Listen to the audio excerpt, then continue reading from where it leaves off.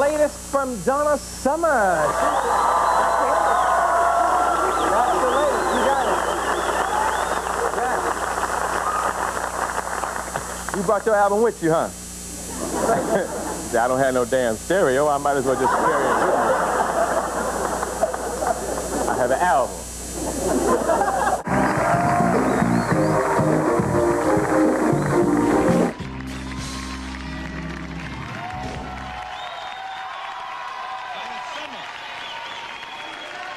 Yes. Now, there was a gentleman in the audience who brought his album with him, okay? Good. But, you know, he showed this side of it. Yes. And this side is interesting, but look at this side. Well, that's me before the workover, you know. Yes. Now, what was the inspiration for this? Why did you do that? Well, I'm an artist, and I paint and so forth, and I like to do different things, and I never have been in a position to really just say, look, I'm doing this, and I don't really care what anybody thinks about it. I want to do what I want to do, and so I did it. Yeah, because, I mean, there are a lot of people, you know, that would go in a different direction with this altogether. Yes. Instead of it being art, it'd be Donna Summer White on her album cover, you know? And you have to deal with that kind of stuff, too. Yes, you do. You really do. How's the home life? You still with the gentleman from Brooklyn Dream? Yes, Bruce Donna. Yeah. Talented musician and I guess manager now. Yes, manager, and husband and friend and lover and yeah. Everything. All of the above. Everything you could want in one man. Yes. Woo. That's saying a lot. Yeah. Yeah, that's great, though. That's great. You all work together still musically? Yeah, we work together musically. Actually, he's got a couple of songs that are coming out on the charts. Robert Palmer's single out now, he co-wrote. And he's got another one coming out with the Jacksons, I think the second single off this new album. And so he still writes, and he still carries on in that sense. But, you know, he's just managing me temporarily because probably we'll be doing a TV show at some point, and he'll be acting in the show, so... Yeah. That's good. That's good. What was that period like that you had to go through between this hit and the last one? How did you deal with all that? Well, it was, I think probably some of the toughest years of my life were the last 7. My family went through a lot of personal disasters and things, and it was a real sad time for everybody. And so, you know, when I sort of turned to try to find the outlet in my profession, my record company and I weren't getting along that well, and it was really, it just made everything that much harder.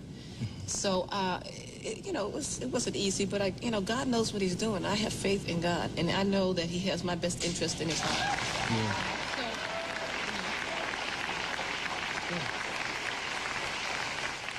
that's it. You have a very strange living arrangement. It could almost be a sitcom. Why don't you explain to them what I'm talking about? You mean like my family situation? Yeah. At home? Yeah.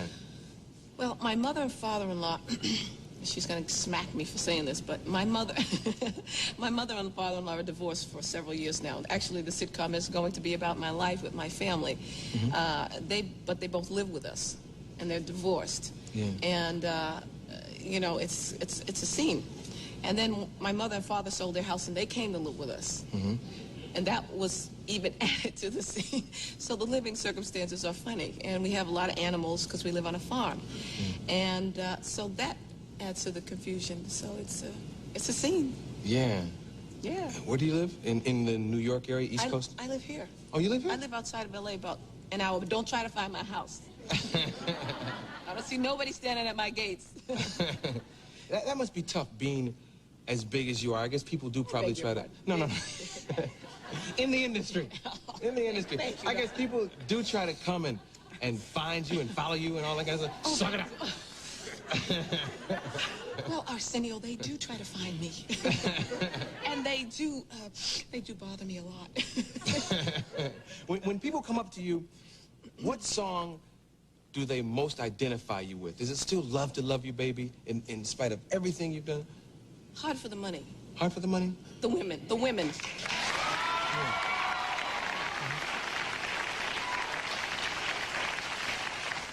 And the men?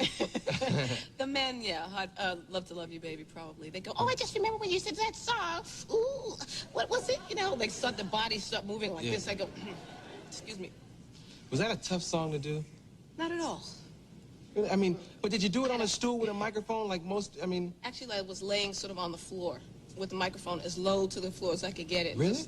Yes. I was joking. I was making a joke. I said, now, how would Marilyn sing this song? Marilyn as in Monroe. Monroe. You know what I mean? Yeah. And I live on this planet too, Donna.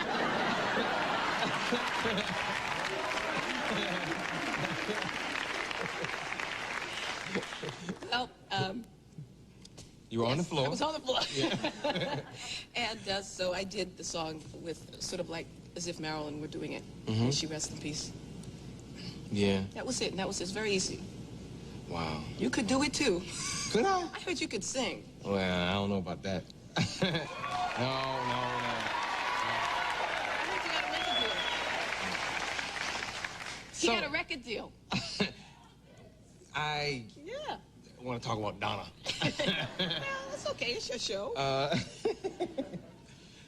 What else do I want to talk? You know, I was talking to Bill Cosby, and we have this remote that I'm going to play the second part of today. And he was talking about rumors in Hollywood and how some very ugly people create very ugly things. When they put out probably one of the ugliest rumors that I've ever heard of in Hollywood about you, how did you deal with that whole thing? Well, the unfortunate thing is when somebody says something bad about you, you can never defend yourself. I mean, you could tell the press, you can tell a million people, but there's always some oddball that doesn't know. And, you know, it could be that oddball that decides he wants to jump your kid or bomb your house or, you know, it's like, well, wait a minute, I never said this in the first place, so, you know, get your story straight. It's just very difficult. It's hard, you know, because I'm a very people-oriented person. I grew up in a big family. We were not the wealthiest people in the world. We had to learn to survive. And I'm not a person that would, you know, that is out to hurt other people or put anybody down. Yeah. So when people make up stories, it's difficult. It's, you know, I went through it a couple of different times for different reasons, and I spent a lot of tearful nights, you know, a lot of sleepless nights, and it did not make my life feel very comfortable. Where does stuff like that come from? I mean, how does that kind of thing start? Misunderstandings, things people think you said, or hear a piece of a conversation. You know, it's like whispering something in someone's ear and then waiting till it goes around the table, and by the time it gets to the other end of the table, it's another story. Well, it's just... But Donna, if it was in the Inquirer, you know it's true. Yeah, but you know, I mean, I mean, whispering. This was absurd. I mean, Yeah, well, I've seen you perform, and as fine as you are, baby, a rumor that you were a man was absurd to me. It was insane. Well, after having a daughter, my mother had to defend that rumor, for example. But before the daughter, I knew you were a woman, baby. Ooh. I've got the fan. I mean, come on. Yes. Where does that kind of stuff come from? Causes a girl to rock, honey. I mean, it's insane. It's It insane. sure is. But that's part of this business, I guess. Yeah. Make me want to rock, honey. It's part of this business, I guess. I swear. Well, continued success. That's a great album. I had a chance to listen to some of it this morning. And it's a good album. Good album. Continued success. I'm glad you're back. Thank you. Donna Summer.